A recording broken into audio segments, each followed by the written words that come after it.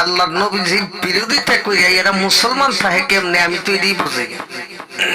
ওই শায়েখ আহমদুল্লাহ নামে এক শয়তানের বাচ্চা, দাড়িওয়ালা টুপিওয়ালা শয়তান, এই শয়তানে ফতোয়া দিল কই আমাদের নবীজির বয়স যখন 40 হয়, মানে আল্লাহ নবীজির বয়স হে কোন হিসাবটা করছে আল্লাহ চিন্তা করেন। মানে দয়াল নবীজি সিরাতুন নবী হিসাবে রাসূল দুনিয়াতে আগমন করার পরে সিরাতুন নবী হিসাবে রাসূলের বয়স যখন 40 হয় তখন বলে নবীজি নবুয়ত পায় নবী, এর আগে বলে নবী ছিল।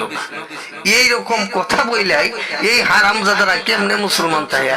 আর আমি বর্তমানে দেখতেছি ওদের পক্ষপাতী লোকই বেশি, বর্তমানে আমি দেখতেছি ওদের পক্ষপাতী লোকই বেশি। আর ওই সমস্ত লোক যারা আছে মূর্খ গুমরা কাফের, যে ওই সমস্ত শায়েক পূজারী, ওই শায়েকেরা রাসূলের বিরুদ্ধে কথা বলা সত্ত্বেও ওই শায়েকের মর্যাদা বেশি হয়ে গেছে, রাসূলের মর্যাদা কম।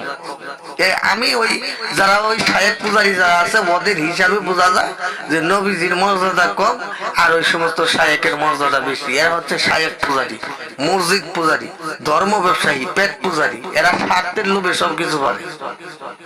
এরা মূলত এদের দ্বারা ইসলামের কোনো উপকার হয় নাই, বরঞ্চ ইসলাম ক্ষতি হয়েছে এই মোল্লাদের দ্বারা। ইসলামের মোল্লারা ইসলামকে ছোট করছে, মোল্লারা ইসলামকে বিভিন্ন ভাবে নষ্ট করছে। কাজে এই সমস্ত লোক যারা আছে, যারা রাসূলের চাইতেও মর্যাদা বেশি দিয়ে মোল্লা করে, এরা কোন সময় সত্যিকারের ইমানদার হইতে পারে না। এরা কাফের, এরা নিঃসন্দেহে কাফের, এদের কোনো ইমান ধর্ম নাই।